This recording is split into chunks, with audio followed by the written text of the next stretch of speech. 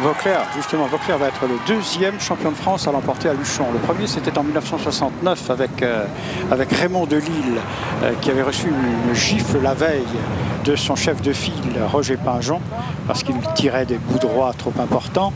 Et il avait décidé donc de se venger. Et le lendemain, il a gagné l'étape à Luchon.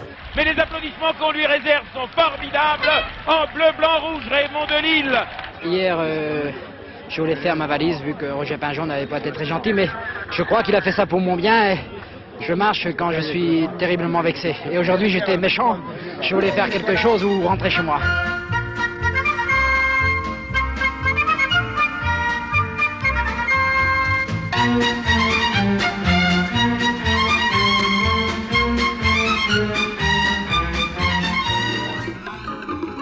Ce matin, beaucoup de monde au départ de Toulouse pour cette 15e étape longue, vous l'avez vu, de 203 km.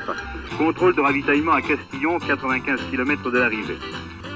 Vous l'avez vu, Altig, Guinche et Bahamontès dans le peloton se restaurent avant de passer à l'offensive.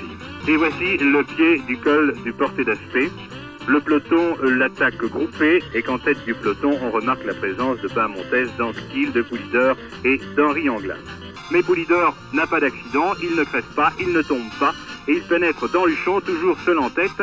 Poulidor a donc pris aujourd'hui sa revanche contre Anquetil et Bahamontès qui s'est laissé légèrement distancer dans la rapide et dangereuse descente sur Luchon.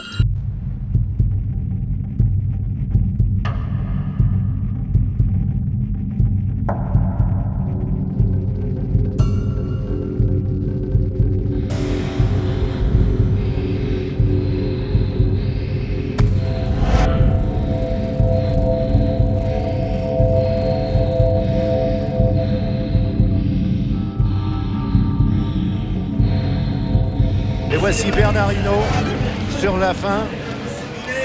50 mètres encore pour Greg LeMond. 1 minute 25 secondes pour que Bernard Hinault conserve son maillot jaune. Plus de 5,25. Bernard Hinault finit le plus rapidement possible. Premier américain, donc vainqueur d'une étape de montagne. Greg LeMond, top! Et accélération d'Andy Schleck et réponse d'Alberto Contador. Il a réussi à le surprendre un petit peu. Et il est où Contador? Où est Alberto? Ah, il a eu un saut de chaîne. Saut de chaîne, regardez.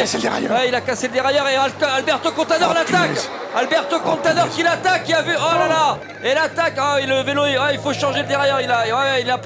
Oui, et ce qu'on peut dire, c'est que dès à présent, Eddy Merckx a refusé de porter le maillot jaune en hommage à Ocaña. Ocaña, nous allons revoir maintenant cette chute. Subitement, dans la descente du col de Monte, l'orage a noyé tout le paysage et transformé la route en patinoire. Les patins des freins n'accrochent plus sur les jantes des roues. C'est là que survient l'accident d'Ocaña. Heureusement, le diagnostic est rassurant.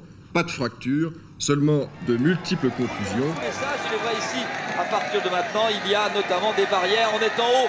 Laurent Bellet de ce col du Tourmalet. 25 points dans l'escarcelle. Et voici le passage en haut du col d'Aspin avec des points bien sûr, c'est 10. C'est un nouveau jour de gloire pour Thomas Voeckler pendant cette foule immense. Regardez qui attend Thomas Voeckler, le col de Perresourde. Il a passé aujourd'hui les 4 cols en tête. Thomas Voeckler, nouveau meilleur grimpeur du Tour de France, porteur du maillot à poids déjà en 2005, en 2008 et qu'il avait déjà porté une journée sur ce Tour de France 2012.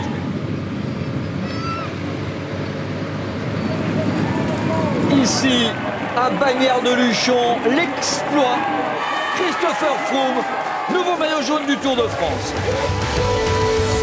Victoire d'étape et maillot jaune, leader au classement général, Christopher Froome est félicité dans quelques instants par Bernard Hinault, ensuite par Emmanuel Macron, le ministre de l'économie, de l'industrie et du numérique, puis le maire de Bagnères de Luchon, Louis Ferré, puis Kamel Chemi, vice-président de la région Occitanie-Pyrénées-Méditerranée.